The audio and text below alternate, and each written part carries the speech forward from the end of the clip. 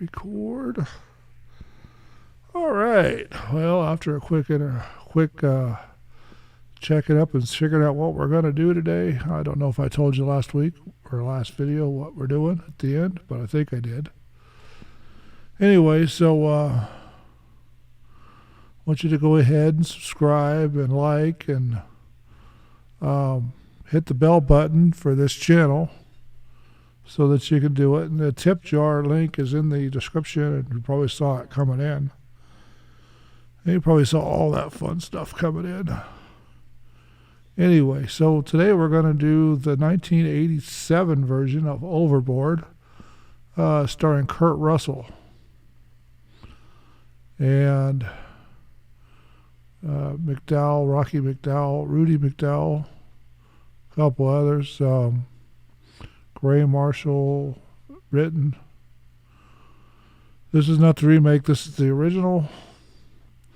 So basically, Kurt Russell is a single dad with 3-4 outrageous little boys that tear up everything and don't really have any kind of guidance, according to the movie. Yeah, I could probably turn the volume up on that, but that's okay. We can turn it up later. Then, yeah. So they have problems, and he's a carpenter, and he does all kinds of weird things all over the place. So this would be, I think, a romantic comedy. There's a little bit of adventure involved in that, in this romantic comedy. Let me get it to a different section of the thing here and see if I can find my computer. Will do what I want it to do, get where I want it to be. Should have done this before I started, but I didn't. So the kids, and then he's a carpenter, and he gets a call for a rich lady on a boat. Yeah, the other one's reversed. The new one's reversed. We'll get into that later. And so he goes and makes a real fancy oak, real nice rotating shoe shelf on the boat in the closet. And then she complains about him the whole time he's there, which is kind of interesting. Then, 1987. Yeah, they're calling it a romantic comedy film. And she, since she's married to a guy named Grant, Goldie Hawn is the other actor, by the way. Then she, Goldie Hawn, or whatever her name is, Glinda Hawn, or Goldie Hawn, and Kurt Russell, and they didn't tell me. I don't know the name she used. I can't remember. Anyway, she's on this big 100-foot yacht. They pull into the port because they're refueling and get repairs done. And her husband, Goldie Hawn's husband, the guy on the boat, is shooting a shotgun at birds in the bay and making all kinds of noise. And she's doing her nails and laying out in the sun and dressing provocatively and going in and out of the closet where Kurt Russell's working. So after they get the shelf built and he shows it off, she says it should be cedar and not oak. Well, I think, a lot of people do that. They decide they don't want to pay for something, so they find something to complain about. Anyway, so what happens is she says she's not going to pay and tells him to leave, and then tells the captain they're going, and then he says he's not leaving until he gets paid. Then she ends up pushing him overboard and throwing his tools overboard after him. And he ends up losing his tools for that, which, you know how it works. Crazy people. Then later on down the road, she catches up with they take off. She takes off. Kurt goes back to his buddy and complains about losing his tools and ends up borrowing a set from his friend.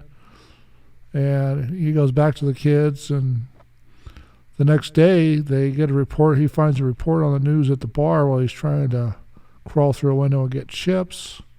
Finds out that she fell overboard, was washed up on a beach, and didn't remember who she was. Good plot twist, huh? So then her husband shows up to try to pick her up and disappears. Then he leaves her. So Kurt Russell picks her up, claims her as his wife, and has to prove it with several different unique features that she had on her body, like a tattoo. Then she gets to be right in the back of the truck home. She gets to be mother to the 4 boys for a while till things change. She goes to school, monsters, all that fun stuff. She acts like mom.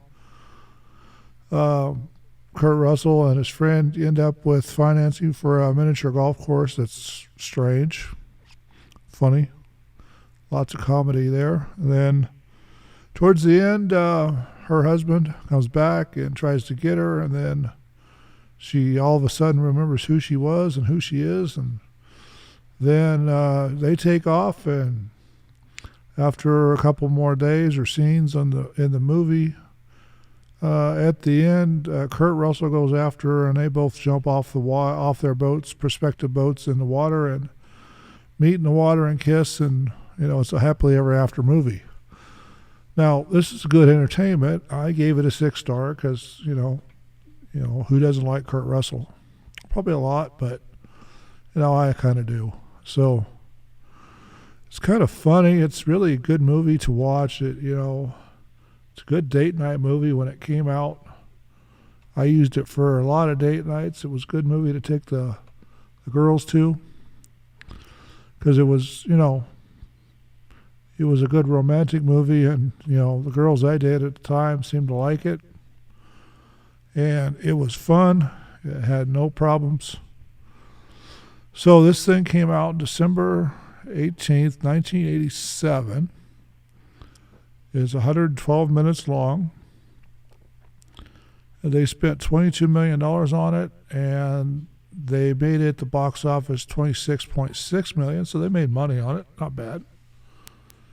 And there's lots of twists and turns that I didn't tell you about in this thing, so you got to go watch it for yourself. It's really good comedy. It's different. It's got a different idea about it. But it's another strange way of showing how people can come together, too. I think the guy that wrote it, or the group that wrote it, guy, whoever it is, wrote it, they did a bang-up job writing it, and they had a little romantic streak involved. So it's pretty good. I like I say, I recommend you go get it. My computer's not behaving again. There it goes. So I'm going to move on, and we'll see you next week or tomorrow, depending upon where you're watching it. Excuse me.